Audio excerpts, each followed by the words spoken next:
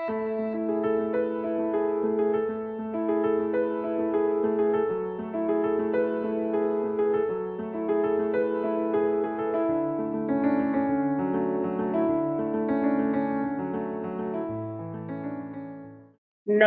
अरिहन्ताणं नमो सिद्धाणं नमो आयर्याणं नमो वज्रायाणं नमो लोये सवसाहूणम् एषो पञ्चनमोकारो तव पावपणासनो मङ्गलाणं च सव्येतिं परमं हवै मङ्गलम् परमं हवै मंगलम। श्री विंदर स्वामी महाराज आपकी आज्ञा, भगवान आपकी आज्ञा, गुरु गुरुजी जी महाराज आपकी आज्ञा। नंदी सूत्र का अर्थ करने की आज्ञा चाहते हैं। हाँ जी, कल हम लोगों ने देखा था मति ज्ञान का आखिरी भेद देखा था, मतलब मति ज्ञान का समरी देखी थी। उसमें हमने देखा था गाथाएं देखी, कुछ गाथाओं का अर्थ सबके ध्यान में आ गया ना अच्छे से। पहले गाथा एकदम सरल थी, जो हमने पढ़ा है पहले उसी का वापस गाथाओं में कहा गया है। उग्गह इहावावये धारणा एव हुंति चत्तारि अभिनिबोह्य नारस्य भयवत्सु समासेनम। मतलब अवग्रह, इहा, अवय और धारणा, ये चार भेद अभिनिबोधित ज्ञान के होते हैं। संक्षेप में चार भेद होते हैं। फिर अत्थानम उग्गहणमी उग्गहतः वियालन इहा व्यवसायमी अवव धरणम पुनः धारणम विद्ये। अर्थानम उवगणिम, अर्थ को ग्रहण करना, विषय को ग्रहण करना, ये अवग्रह कहलाता है। उसके ऊपर विचारणा करना, ये इहा कहलाता है, वियालन इहा। व्यवसाय में आओ यानी निर्णय को प्राप्त करना, ये आवाय कहलाता है। और फिर उसको स्वीकार करके रखना, धारण करके रखना, उसको धारणा कहते हैं, विनती यानी कहते हैं। फिर उग्गह इक्कम समय इहावाय मुहूर्त मध्यम तु कालम संखम संखम से धारणा हुई नायबा। अवग्रह एक समय का होता है, इहा और आवाय अंतर मुहूर्त के होते हैं, अंतर मुहूर्त तक रहते हैं। कालम असंख्यात असंख्यात काल तक धारणा रहती है। इस प्रकार नायबा यानी जानना चाहिए। फिर पुट्ठम सुनय सद्दम रुवम पुनपासय पुट्ठम तु गंधम रसम च फासम च बद्ध पुट्ठम व्याघ्रे। जो शब्द हमारे कान को स्पर्श करते हैं वही शब्द हमें सुनाई देते हैं। सुनई, पुट्ठम सुनय सद्दम, जो शब्द कान को स्पर्श करते हैं वही शब्द, मतलब भाषा वर्गणा के पुद्गल जब कान को स्पर्श करते हैं तो सुनाई देता है। रूपम पूर्ण पाशय पुट्ठम तु, रूप अस्पृष्ट होता है और दूर से ही देखता है, दूर से ही रूप देखकर उसको ग्रहण करता है। गंध रसम फासम, गंध रस और स्पर्श, ये तीनों जो है वो बद्ध पृष्ठ है। मतलब जो विषय को इंद्रियों के साथ बद्ध पृष्ठ हो जाता है, जब पूरा स्पर्श हो जाता है तभी वो ध्यान में आता है, उसके बिना वो ध्यान में नहीं आता है। तो उसको वो ग्रहण करते हैं, मतलब स्पृष्ट होने के बाद ही ग्रहण करते हैं। फिर आगे की गाथा में कहा भाषा समशेरियो सद्दम जम सुनई मिसियम सुनई विषय पुनः सद्दम सुनई नियमा पराघाय। यानी भाषा जब सम श्रेणी में आती है तब वह वक्ता और श्रोता के बीच के अंतराल वाले भाषा वर्गणा के पुद्गलों को स्पर्श करके आती है, इसलिए वो मिश्र होती है। मिसियम सुनई, हम जो भाषा सुनते हैं वो या तो मिश्र भाषा होती है, सम श्रेणी में होगी तो मिश्र भाषा होती है। और विषय पूर्ण सदम सुने नियमा पराघाय, अगर वो विषम श्रेणी से आती है, दूसरे श्रेणी से आती है, तो नियम से पराघात होकर ही आती है, क्योंकि विषम श्रेणी से सम श्रेणी को टकराती है, सम श्रेणी से हमारे कान में टकराती है, इसलिए वो पराघात होकर ही आती है। तो इस प्रकार इस गाथा का अर्थ हमने देखा था। फिर इहा अपोह विमंसा मग्गणाय गवेषणा सन्नासई मैपन्ना सबम आभिनि बुहियम। इहा अपोह विमंसा मार्गणा और गवेषणा, संज्ञा, श्रुति, मति, प्रज्ञा, ये सभी आधिनिबोध के नाम है। आधिनिबोधित ज्ञान के ही ये सारे नाम है।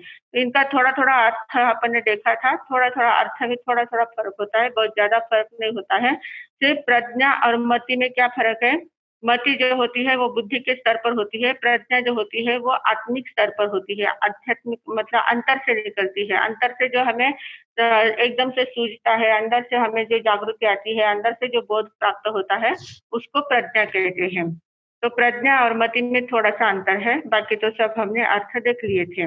तो इस प्रकार हमने मति ज्ञान को पूरी तरह से देख लिया है। मति ज्ञान हमारा कंप्लीट हो चुका है। अब हम देख रहे हैं आज श्रुत ज्ञान।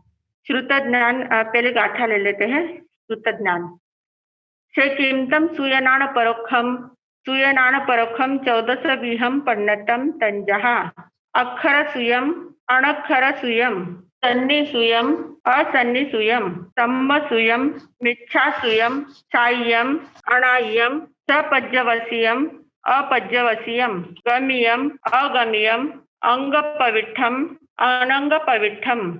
तो ये श्रुत ज्ञान के 14 प्रकार बताए हैं। से किमतम सुयनान परोक्षम, श्रुत ज्ञान परोक्ष ज्ञान कैसा होता है? तो कहा कि श्रुत ज्ञान परोक्ष ज्ञान है, श्रुत ज्ञान, उसके 14 विहम यानी 14 भेद होते हैं। 14 विहम पन्नतम, 14 प्रकार के भेद उसके होते हैं। वो इस प्रकार है। कौन से हैं? अक्षर सुयम यानी अक्षर श्रुत, अक्षर श्रुत। फिर अनक्षर सुयम यानी अनक्षर श्रुत। पहले नाम आप सुन लो खाली, फिर अपन उसका अर्थ देखेंगे। सन्नि सुयम यानी सौज्ञी श्रुत, संज्ञा जो बोलते हैं संगी श्रुत। असंगी श्रुत, असन्नि सुयम यानी असंगी श्रुत। सम्म सुयम यानी सम्यक श्रुत। मिथ्यात्व श्रुत, मिथ्या श्रुत। फिर साय्यम यानी सादी, अनाय्यम यानी अनादि। सपज्यवसीयम यानी शांत, अंत सहित। अपज्यवसीयम यानी अनंत। गम्यम यानी गमिक, अगम्य यानी अगमिक। अंग पविठम यानी अंग प्रविष्ट और अनंग पविठम यानी अनंग प्रविष्ट। इस प्रकार 14 भेद बताए हैं। अब ये 14 जो भेद बताए हैं, 14 प्रकार जो बताए हैं, इन 14 प्रकारों में हमें पूरा श्रुत ज्ञान का ज्ञान होगा। श्रुत ज्ञान का अर्थ पूरा ध्यान में आएगा। तो 14 प्रकार के श्रुत ज्ञान को बताया गया है। सबसे आखिरी हमारा आखिरी वाला ज्ञान है श्रुत ज्ञान, और उस आखिरी वाले ज्ञान में ही 14 प्रकार बताए। बाकी इतने प्रकार किसी में नहीं है, है ना। सब में थोड़े थोड़े प्रकार है और थोड़े थोड़े में हमें शॉर्ट में सब बताया गया था। पर श्रुत ज्ञान जो है वो बहुत बड़ा है। श्रुत ज्ञान ही बड़ा है क्योंकि जो भी हम समझते हैं, सुनते हैं, जानते हैं, व्यक्त करते हैं, वो सारा श्रुत ज्ञान ही होता है। तो इसलिए श्रुत ज्ञान के ही प्रकार बहुत ज्यादा बताए गए हैं और सभी प्रकारों से, सभी दृष्टि से श्रुत ज्ञान को समझाया गया है। अब उसमें सबसे पहला कहा है अक्षर श्रुत। अक्षर श्रुत यानी क्या कि जो हम अक्षर लिखते हैं, मराठी हो, हिंदी हो, इंग्लिश हो, तमिल हो या और भी कोई भी भाषा में हो, बंगाली हो, किसी भी भाषा में हो, जो लिखा जाता है, अक्षर जो लिखते हैं, तो अक्षर लिखना और अक्षर से बोध प्राप्त करना उसको कहते हैं अक्षर श्रुत। अक्षर लिखे हुए अक्षर होते हैं, उन अक्षरों से जो बोध प्राप्त होता है उसको बोलते हैं अक्षर श्रुत। तो ये अक्षर श्रुत कितने प्रकार का है उसका अर्थ, उसका डिटेल यहाँ बता रहे हैं। अब अगला जो 29वां सूत्र है, 29वें सूत्र में अक्षर श्रुत की परिभाषा और उसके भेद बताए हैं। अक्षर श्रुत यानी क्या, वो कैसा होता है, उसको कैसे जानना चाहिए, वो सारा इसमें बताया गया है। से किमतम अक्षर सुयम तिविहम पन्नतम तंजहा सन्नक्षरम व्यंजनाक्षरम लध्य अक्षरम। से किमतम सन्नक्षरम अक्षरस्य संठाना गी श्वेतम सन्नक्षरम। अक्षर श्रुत के तीन प्रकार बताए हैं। तो अक्षर श्रुत जो है वो 3 प्रकार का होता है। अक्षर श्रुत के 3 प्रकार बताए हैं। तो वो 3 प्रकार कौन से हैं? एक है सन्नक्षरम यानी संज्ञाक्षर। संज्ञा अक्षर मैंने जो अक्षर का आकार होता है, हम जो अ लिखते हैं, ब लिखते हैं, जो भी लिखते हैं, तो उसका कुछ आकार होता है। उस आकार को देखकर हम उस शब्द को पहचानते हैं, उस अक्षर को पहचानते हैं। तो जो उसका आकार होता है उसको संज्ञाक्षर बोलते हैं, संज्ञा अक्षर। फिर दूसरा है व्यंजनाक्षरम। अब जो आकार है, उस आकार का जो हम उच्चारण करते हैं, जो अ लिखा है, ऐसा अ लिख दिया है, तो उसका अ ऐसा उच्चारण करना। तो जो अक्षर है उसका उच्चारण करना वो व्यंजन अक्षर कहलाता है। अक्षर यानी क्या? सिर्फ अक्षर का आकार, आकार को अक्षर कहते हैं। उसका उच्चारण करना उसको व्यंजन अक्षर कहते हैं। अ को अ कहेंगे, ए को ए कहेंगे, बी को बी कहेंगे। जो लिखा जाता है, अक्षर जो लिखे जाते हैं उसको वैसे पढ़ना वो व्यंजन अक्षर है। और लब्ध अक्षर यानी क्या कि जो पढ़ते हैं उसका अर्थ ध्यान में लेना। अ उच्चारण किया है तो अ का अर्थ क्या है, बी का अर्थ क्या है, जो अक्षर श्रुत लिखा है तो अक्षर श्रुत का अर्थ क्या है, जो भी शब्द लिखे जाते हैं उनका अर्थ ध्यान में लेना, वो लभ्य अक्षर है। मतलब 3 भेद हो गए। एक तो आकार हो गया, ABCD लिखा है, एप्पल लिखा है, तो एप्पल जो लिखा है तो वो लिखने की जो लिपि होती है वो संज्ञाक्षर हो गया। एप्पल लिखने के बाद हमने उसको उच्चारण क्या किया, एप्पल ऐसा उच्चारण किया, वो व्यंजनाक्षर हो गया। और एप्पल के उच्चारण के बाद जो हमारे हाथ में हमारे सामने आता है, हमें उसका बोध होता है। तो क्या बोध होता है, एप्पल नाम का ऐसा फल होता है। एक फल का बोध होता है ना, एप्पल यानी फल का बोध होता है, तो वो फल का बोध होना वो लब्ध अक्षर है। मतलब सिर्फ लिखा है, लिखने से हमको उसका बोध हो जाता है, तुरंत हमारे सामने वो वस्तु आ जाती है। जो अक्षर लिखा गया है, वो शब्द लिखा गया है, उस शब्द को देखकर हमें वस्तु का बोध होता है। शब्द को पढ़कर, शब्द को देखकर, शब्द को जानकर वस्तु का बोध होता है। उसको बोलते हैं लब्ध अक्षर। आया ध्यान में? संज्ञाक्षर, व्यंजनाक्षर और लब्ध अक्षर। संज्ञाक्षर यानी अब जैसे मनीषा, मनीषा ये शब्द लिखना, ये अक्षर श्रुत हो गया, संज्ञाक्षर हो गया। फिर मनीषा ये उच्चारण करना, व्यंजनाक्षर हो गया। और मनीषा का उच्चारण करने के बाद मनीषा, हाँ, उच्चार किया वो व्यंजनाक्षर हो गया। मनीषा का उच्चारण करते वो सामने चेहरा दिखना उसका वो लब्ध अक्षर हो गया। आया ध्यान में? तो संज्ञाक्षर, व्यंजनाक्षर और लब्ध अक्षर ये तीनों अक्षर श्रुत के प्रकार है। तो पहले क्या कहा उन्होंने, सन्नक्से किंतम सन्नखरम, सन्नखरम अक्षरस संठाना गी तेतम सेतम सन्नखरम।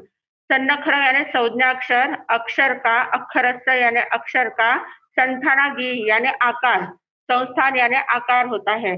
अक्षर का जो आकार होता है उसको सन्नखरम कहते हैं, उसको संज्ञाक्षर कहते हैं।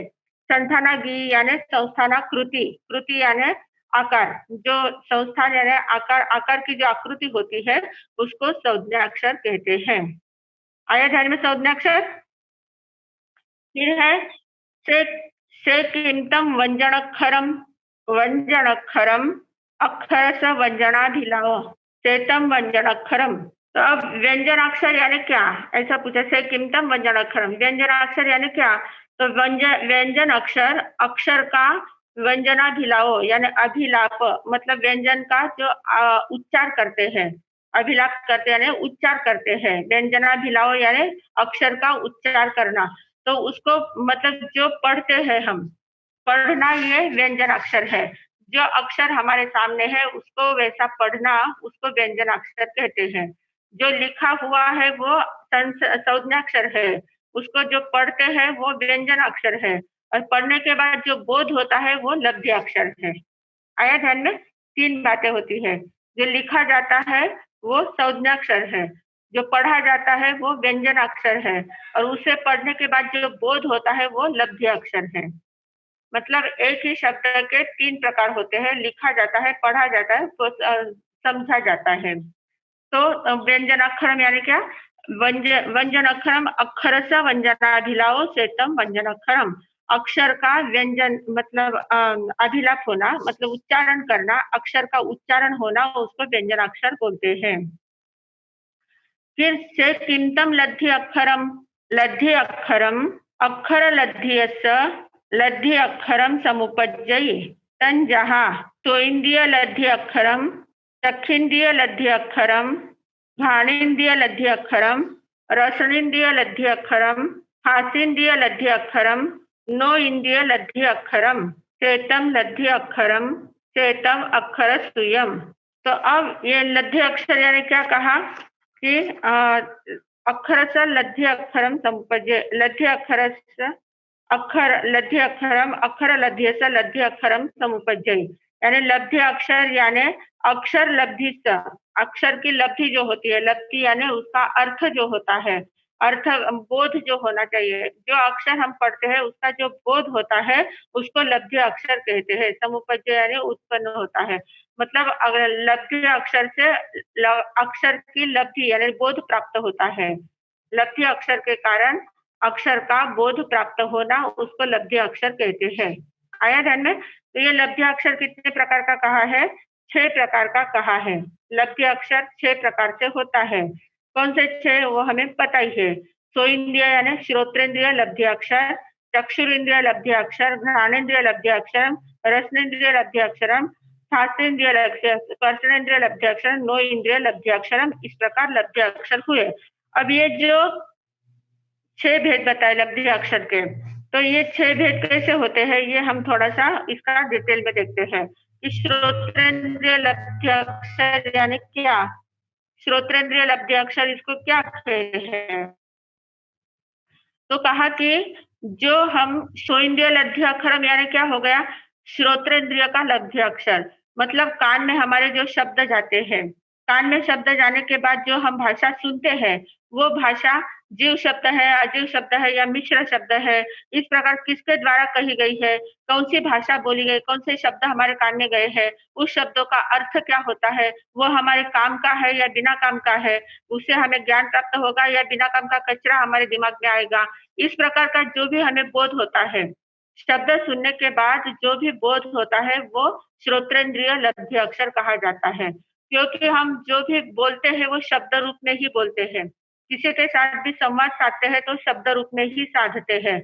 हम शब्द का ही उपयोग करते हैं, शब्द का ही प्रयोग करते हैं और शब्द उसको अक्षर भी होता है, मतलब वो शब्द जो होते हैं वो लिखे भी जाते हैं, उच्चारण भी किया जाता है, उससे बोध भी प्राप्त होता है। तो कान के द्वारा जो भी हमें बोध प्राप्त होता है, कान में जो शब्द जाते हैं उन शब्दों के द्वारा जो बोध प्राप्त होता है उसको कहते हैं श्रोत्रेंद्रिय लब्ध्य अक्षर, है ना? तो उसमें फिर जीव शब्द भी आएगा, अजीव शब्द भी आएगा। अजीव का भी शब्द शब्द मतलब आवाज हमारे कान में आती है। कुछ वस्तु गिरी है या कुछ कोई दरवाजा बजा है या कोई ऐसा टकराहट हुई है, 2 वस्तुओं में टकराहट हुई है, तो उससे तुरंत हमें ध्यान में आ जाता है। तो वो अजीव शब्द भी हम सुन सकते हैं। अजीव वो आवाज आने से हमें पता चलता है कि कुछ बर्तन गिरा है या दरवाजा बजा है या कोई वस्तु गिरी है या सब ये तुरंत हमारे ध्यान में आ जाता है। मतलब उस आवाज से भी हम बोध ले सकते हैं। फिर दूसरी बात होती है, जो प्राणी होते हैं, जिनको बोलना नहीं आता है, पर उनकी आवाज से भी हम ध्यान में ले लेते कौन-सा प्राणी बोल रहा है। भौं-भौं या कुत्ते जैसी आवाज़ तुरंत हम कहते हैं कुत्ता भौंक रहा है। बिल्ली आए तो म्याऊँ-म्याऊँ करेगी तो बिल्ली की आवाज़ हमें ध्यान में आ जाती। घोड़े का हिनहिनाने का आवाज़ आया तो घोड़े का आवाज़ हम पहचान लेते हैं कि ये घोड़े की आवाज़ है। मतलब गाय हंबरती है तो तुरंत गाय है ऐसा हम ध्यान में ले लेते हैं। मतलब जो प्राणी होते हैं, प्राणियों की भी अपनी एक विशिष्ट आवाज़ होती है। वो भी आवाज़ हमारे कान में जब जाती है, तो हम तुरंत उसको पहचान लेते हैं कि ये क्या कहना चाहता है या कौन चिल्ला रहा है, कौन किसकी आवाज़ आ रही है। तो प्राणियों की भी आवाज़ आती है, अजीव वस्तु की भी आवाज़ आती है, मनुष्य की तो आती ही है। मनुष्य के जो भी शब्द हमारे कान में पड़ते हैं, उन शब्दों की हमें आवाज़ आती है। फिर ढोल, तमाशा वगैरह जो भी बजाते हैं, ताशा वगैरह जो भी बजाते हैं, तो वो वाजंत्री जो होती है उसकी भी आवाज़ आती है, वो मिश्र आवाज़ होती है। जीव और अजीव दोनों के मिलकर वो आवाज़ आती है। तो इस प्रकार जो भी जीव शब्द हो, अजीव शब्द हो या मिश्र शब्द हो, तो जो शब्द है उस शब्द जो हमारे कान में शब्द जाता है उसके कारण से हमें बोध होता है कि ये कौन बोल रहा है, कैसे बोल रहा है, क्यों बोल रहा है, उसका कहने का तात्पर्य क्या है, वो हमें तुरंत ध्यान में आ जाता है। तो ये है सोइंद्रिय लब्ध्य अक्षर, श्रोत्रेंद्रिय लब्ध्य अक्षर है। फिर दूसरा है चक्षुरेंद्रिय लब्ध्य अक्षर। चक्षुरेंद्रिय लब्ध्य अक्षर क्या है कि आँखों के द्वारा हम देखते हैं, कुछ पढ़ते हैं, पेपर पढ़ते हैं या किताब पढ़ते हैं या वृत्तपत्र कुछ भी पढ़ते हैं। तो जो भी पढ़ते हैं तो पढ़ने के पोस्टर वगैरह लगे हैं, उसके ऊपर जो अक्षर लिखे हैं, उनको पढ़ते हैं, आँखों के द्वारा देखते हैं, तुरंत हमको बोध हो जाता है। जो भी पढ़ा जाता है, पढ़कर जो बोध होता है, पढ़ने के बाद या कोई इशारा कर रहा है या कोई कुछ कह रहा है हमको, तो उसके द्वारा भी हमें बोध प्राप्त होता है ना? तो उसको बोलते हैं चक्षुरेंद्रिय लब्ध्य अक्षर। तो वो चक्षुरेंद्रिय लब्ध्य अक्षर होता है। आँखों के द्वारा जो भी होता है ज्ञान, आँखों के द्वारा जो भी बोध होता है, जिस अक्षर को पढ़ने के बाद या देखने के बाद या जानने के बाद जो बोध होता है, उसको बोलते हैं चक्षुरेंद्रिय लब्ध्य अक्षर। फिर है घ्राणेन्द्रिय लब्ध्य अक्षर। घ्राणेन्द्रिय लब्ध्य अक्षर यानी क्या? जब हमें कुछ सुगंध आती है, गंध आती है, सुगंध हो या दुर्गंध हो, जो भी गंध आती है तो उस गंध के द्वारा हम बोध को प्राप्त कर रहे हैं। ये कौन सी गंध है? गुलाब की गंध है, केसर की गंध है, इलायची की गंध है या बहुत गंदी गंध है, क्या है? तो तुरंत हमें वो गंध के द्वारा बोध को प्राप्त हो जाता है, बोध प्राप्त होता है। तो गंध के द्वारा बोध जो प्राप्त होता है वो घ्राणेन्द्रिय लब्धि अक्षर है। आया ध्यान में? घ्राणेन्द्रिय लब्धि अक्षर है। फिर आगे है रसनेन्द्रिय लब्धि अक्षर। हम जो भी चीज खाते हैं, टेस्ट करते हैं, तो टेस्ट करने के बाद खट्टा है, मीठा है, तीखा है, कड़वा है, कैसाला है, कैसा है वो उसकी तुरंत हमें जीभ पर वस्तु रखते से ही हमें उसका बोध हो जाता है कि ये वस्तु क्या है, कैसी है और कैसी बनाई होगी, क्या बनाने की इतनी इतनी क्रिया नहीं मालूम पड़ती, पर कौन सी वस्तु है उसकी टेस्ट कैसी है वो तुरंत उसका बोध हो जाता है। फिर है स्पर्श। स्पर्श से क्या होता है? स्पर्श से एकदम तुरंत हमको ध्यान, जो भी स्पर्श होता है वो स्पर्श शीत है या उष्ण है, ठंडा हल्का है या भारी है, रुक्ष है या स्निग्ध है, कर्कश है या कोमल है, जैसा है वो हमें तुरंत ध्यान में आ जाता है। रस स्पर्श के जितने भी प्रकार है, तो जो भी वस्तु हमारे सामने आती है उस वस्तु को हम जब स्पर्श करते हैं तो स्पर्श से हमें तुरंत ध्यान में आ जाता है। तो ये स्पर्श का हो गया, मतलब कोई भी वस्तु हो, वस्तु का स्पर्श करने पर उसका बोध होता है, तो वो स्पर्शनेन्द्रिय लब्धि अक्षर है। फिर नो इंद्रिय लब्धि अक्षर। नो इंद्रिय लब्धि अक्षर यानी क्या? कि मन के द्वारा लब्धि अक्षर होना, मन से लब्धि अक्षर होता है। तो मन से कैसा होता है कि किसी भी वस्तु का हम चिंतन करते हैं, किसी भी वस्तु का चिंतन करते हैं या जो कुछ पढ़ते हैं उस पढ़े हुए को चिंतन करते हैं, पढ़े हुए वाक्य का चिंतन करते हैं, पढ़े हुए पैराग्राफ का चिंतन करते हैं या सुने हुए शब्दों का चिंतन करते हैं और चिंतन करके हमें विशेष बोध मिलता है। सुनने सुनने के बाद हमें विशेष उसका बोध मिलता है। तो ऐसा जो बोध मिलता है उस बोध को बोलते हैं कि नो इंद्रिय लब्धि अक्षर। ध्यान में आया? मन के द्वारा बोध प्राप्त होना।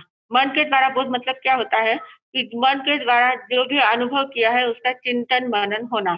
चिंतन मनन करके हम जो मन के द्वारा बोध प्राप्त करते हैं। अब एकाध वस्तु आप यहाँ पढ़ते हैं, पढ़ने के बाद अभी ध्यान में पूरा नहीं आया होगा, एकाध वस्तु आपके ध्यान में नहीं आई, पर जब आप रात को आप सोते हैं तो सोते समय वो शब्द आपके कान में आते रहते हैं, शब्द आपके कान में आते रहते हैं और उन शब्दों के कारण आपको रात में एकदम अचानक ध्यान में आ जाता है, क्या कहा था, उसका अर्थ क्या हो सकता है ना? हम जब चिंतन करते हैं तो चिंतन करते-करते हमें अचानक उसका बोध प्राप्त हो जाता है। तो ये बोध प्राप्त हो जाना इसको बोलते हैं, चिंतन के द्वारा बोध प्राप्त होना उसको बोलते हैं नो इंद्रिय लब्धि अक्षर। अब है अनक्षर श्रुत। अक्षर श्रुत में शब्दों का उपयोग किया था, तब शब्दों के उपयोग से ही हमें बोध को प्राप्त किया हमने, तो वो अक्षर श्रुत हो गया। अब है अनक्षर श्रुत, उसका उल्टा है। यहाँ अक्षर का काम नहीं है, फिर भी हमको बोध होता है। तो वो कैसे होता है, वो इसमें हम देखते हैं। से किंतम अणक्षर सुयम अनैगविहम पन्नतम संजहा सुससियम निससियम निक्षुणम खासियम च चीयम च। नाक साफ करने की क्रिया करना, तो नाक साफ करने की क्रिया की तो उससे भी कुछ अलग होता है कि ये इसको पसंद नहीं है, ये दूसरा कुछ दूसरी भावनाओं में है, मतलब जो भी क्रिया सामने हो रही है वो इसको पसंद नहीं है और नाक साफ कर रहा है मतलब वो बराबर नहीं है। तो वो नाक साफ करने की ध्वनि करना, उसका आवाज करना। फिर निसंज्ञ मनुसारम, अनुस्वार अनुस्वार करना, अनुस्वार की भांति जैसा ऐसा सिर्फ बोलना, या हो, ऐसा मतलब शब्द न बोलते हुए अनुस्वार का उच्चारण करना। तो अनुस्वार का उच्चारण करना यानी सम्मति दर्शक है, हाँ मुझे पसंद बराबर है। सिर्फ हम कहते ना किया तो सिर्फ बराबर है, इस प्रकार का उसका बोध होता है। या ऐसा कर दिया तो ये नहीं, हमें पसंद नहीं है, तो वो अनुस्वार के द्वारा सम्मति दर्शाना या असम्मति दर्शाना, जो भी है, सम्मति भी हो या असम्मति भी हो, तो वो अनुस्वार के उच्चारण के द्वारा हम दर्शा सकते हैं। तो इस प्रकार अनक्षरम छेलियायम, ये अनक्षर के अनेक प्रकार बताए गए हैं, अनक्षर के भेद बताए गए हैं। अनक्षरम छेलियायम कौन कौन से बताए हैं? उषसीयम यानी उश्वास लेना, ऊपर ऊपर श्वास लेना। निषेचयम यानी जोर से श्वास छोड़ना।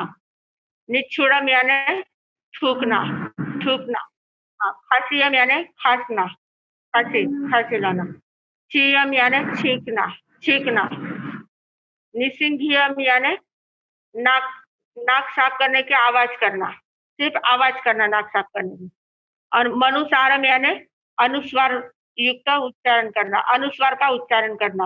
हम्म ये सारा।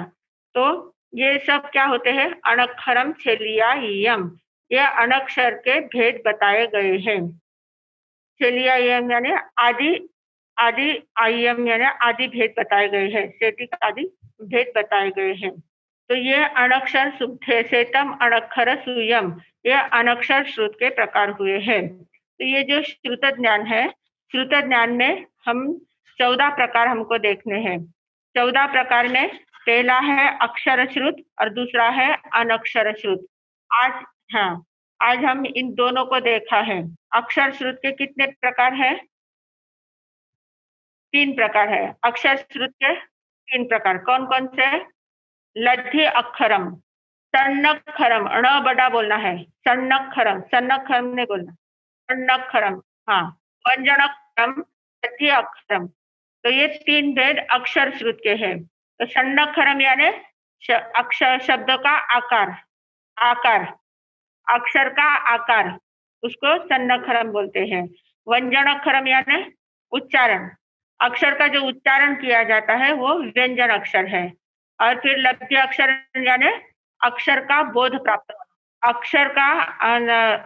अक्षर का आकार, आकार के बाद उच्चार, उच्चार के बाद बोध प्राप्त होना, तो उसको बोलते हैं लध्य अक्षरम। तो ये अक्षर श्रुत 3 प्रकार से हो गया, सन्नक्षरम, व्यंजन अक्षरम, लध्य अक्षरम। अब लध्य अक्षरम कितने प्रकार से हो गया है? 6 प्रकार से, 6 प्रकार से लब्ध्य अक्षर हो गए। 6 इंद्रिया, 5 इंद्रिया और मन। मन के द्वारा कैसे होता है? मन के द्वारा सिर्फ चिंतन मनन करने से। जो भी हम सुनते हैं, जो भी पढ़ते हैं, जो भी देखते हैं, जो भी अनुभव करते हैं, उसका चिंतन मनन करते हैं और चिंतन मनन कर कर उसका विशेष अर्थ का बोध हमें मिलता है।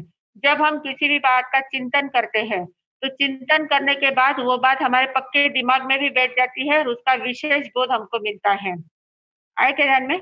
हम सिर्फ सुनते हैं, तो सुनते हैं तब कान में शब्द जाते हैं, उस समय थोड़ा-सा ध्यान में आ जाता है, फिर निकल जाता है, सिर्फ धारणा हो जाती है। पर उसकी धारणा और स्थावना कब होगी? जब हम चिंतन करेंगे तब। तो चिंतन जब करते हैं, तो चिंतन के द्वारा हमारा बोध एकदम पक्का हो जाता है और नया बोध प्राप्त होता जाता है। तो चिंतन करना बहुत ज़रूरी होता है। जो भी हम पढ़ते हैं, दिन भर में जो भी पढ़ते हैं, सुनते हैं, जो भी अभ्यास करते हैं, तो उसका हमें चिंतन करना आना चाहिए। वे शब्द, एक-आध शब्द हमें अगर नहीं समझा है, तो वो शब्द बार-बार हम चिंतन में लाएँगे, तो हमें अंतर से आवाज़ आ जाती है, बराबर उसका अर्थों का बोध हो जाता है। क्योंकि हमारे पास पूरा ज्ञान है। हमारे पास नव पूर्व का ज्ञान हम पढ़कर आए हुए हैं। नव पूर्व का ज्ञान हम पढ़कर आए हुए हैं और वो ज्ञान हमारे अंदर कोष्ठ में पड़ा हुआ है। आए थे ध्यान में? अभी परसों उपाध्याय श्री जी से बात कर रहे थे, तभी ये विषय हमारा निकला था। तब उन्होंने बताया कि हमारे पास नवपूर्व का ज्ञान तो है ही, हम उतना तो पढ़ के आए ही हैं। क्योंकि नवपूर्व का ज्ञान जो है वो मिथ्यात्व भी पड़ता है। हम मिथ्यात्व अवस्था में भी भले होंगे, पर हमने वो तीर्थंकर के समय हम तो थे ही, तो हमें अभी याद नहीं है, पर हम वहाँ उपस्थित थे और वहाँ हमने नवपूर्व तक का ज्ञान पढ़ा हुआ है। पर वो ज्ञान कैसा है? हमारे कोष्ठ में पड़ा हुआ है। कोष्ठ में जाके ढक गया है और उसको अब डिकोड करना है, उसको खोलना है। तो उसको खोलने के लिए हमें थोड़ा-सा प्रयास करना पड़ेगा। तो इसलिए हमें जो भी हम बोध प्राप्त करते हैं, जो भी हम सुनते हैं, सुनने के बाद जो भी हमें समझता है, तो वो समझ हमारी अंदर की होती है। बाहर से सिर्फ सिर्फ हम शब्द लेते हैं, शब्द सुनते हैं, पर शब्द सुनने के बाद उसका जो बोध होता है, वो बोध हमें अंतर से मिलता है। अंतर का जो हमारा ज्ञान होता है, उस ज्ञान की समझ के कारण हमें बोध मिलता है। तो उस बोध को बहुत महत्व होता है, वो बहुत बोध महत्वपूर्ण होता है। तो ऐसा बोध हमें प्राप्त करना है, तो प्राप्त करने के लिए हमें बहुत ज़्यादा प्रयत्न नहीं करना है, वो अंदर में है ही, सिर्फ़ उसको खोलने का काम करना है। तो खोलेगा खुलेगा कब? जब हम चिंतन मनन करते रहेंगे, बार-बार चिंतन मनन करते रहेंगे, तो चिंतन मनन करने से हमारे अंतर का ही खजाना खुलता जाता है। अब जैसे ये अभी सन्नक्षरम, व्यंजनाक्षरम बोला, लज्जाक्षरम बोला, तो सोनल को तुरंत याद आ गया कि हमने वहाँ पढ़ा हुआ है, हमको ये बातें पढ़ाई हुई है, तो तुरंत वो याद आ गया। तो वो याद आ जाना जो हम अभी हम जो सुनते हैं, वो सुनने के बाद तुरंत याद आ जाना कि हम हाँ, ये मैंने सुना हुआ है, ये पढ़ा हुआ है और इसका बोध मैंने प्राप्त किया हुआ है। तो वो और भी हमारा पक्का हो जाता है और नया उससे भी और नया बोध हमको मिलता जाता है। तो ये बातें हमारे अंदर है ही, सिर्फ़ उसको डिकोड करना है। जो कोड में पड़ा हुआ है, कोष्ठ में जो पड़ा हुआ है, उसको खोलने का काम करना है। तो खुलेगा कैसे? कषाय कम करनी चाहिए। कषाय हमारी जितनी कम होगी, उतना ज्ञान हमारा खुलता जाएगा। कषाय को कम करना ये हमारा मेन लक्ष्य है। कषाय जितनी हमारी कम होती जाएगी, उतना हमारा ज्ञान खुलता जाएगा और ज्ञान खुलेगा तो अंदर से अपने आप आवाज़ ध्यान में आता जाएगा, अंदर से बोध हमको मिलता जाएगा। फिर थोड़ा-सा चिंतन मनन करने की देरी है कि तुरंत हमारे ध्यान में आ जाएगा। थोड़ा-सा सुना तो बहुत ज़्यादा ध्यान में आ जाता है। थोड़ी बातें सुनते हैं तो बहुत ज़्यादा ध्यान में आ जाता है। फिर अनक्षर श्रुति हमारा एकदम तीव्र हो जाएगा। कहीं पर भी किसी की एक्शन देखी है, किसी की कोई देखी है तो तुरंत हमें उसका बोध हो जाता है कि क्या कहना चाहता है, इसका कहने का तात्पर्य क्या है? तो वो तुरंत हमें ध्यान में आ जाता है। तो ये अनक्षर श्रुत, अक्षर श्रुत का हमने देखा है। आया ध्यान में? जम वैधम वच्चामिलियम हिणक्षरम अचक्षरम पयहीनम विनयहीनम जोगहीनम घोषहीनम चक्षुदीनम दुक्षु परिचयम अकाले कौ सज्जाओ काले न कौ सज्जाओ असज्जाए सज्जायम सज्जाए न सज्जायम भणता गुणता विचरता ज्ञान और ज्ञानवंत की आशातना की होय तो तत्समिच्छामि दुक्कडम।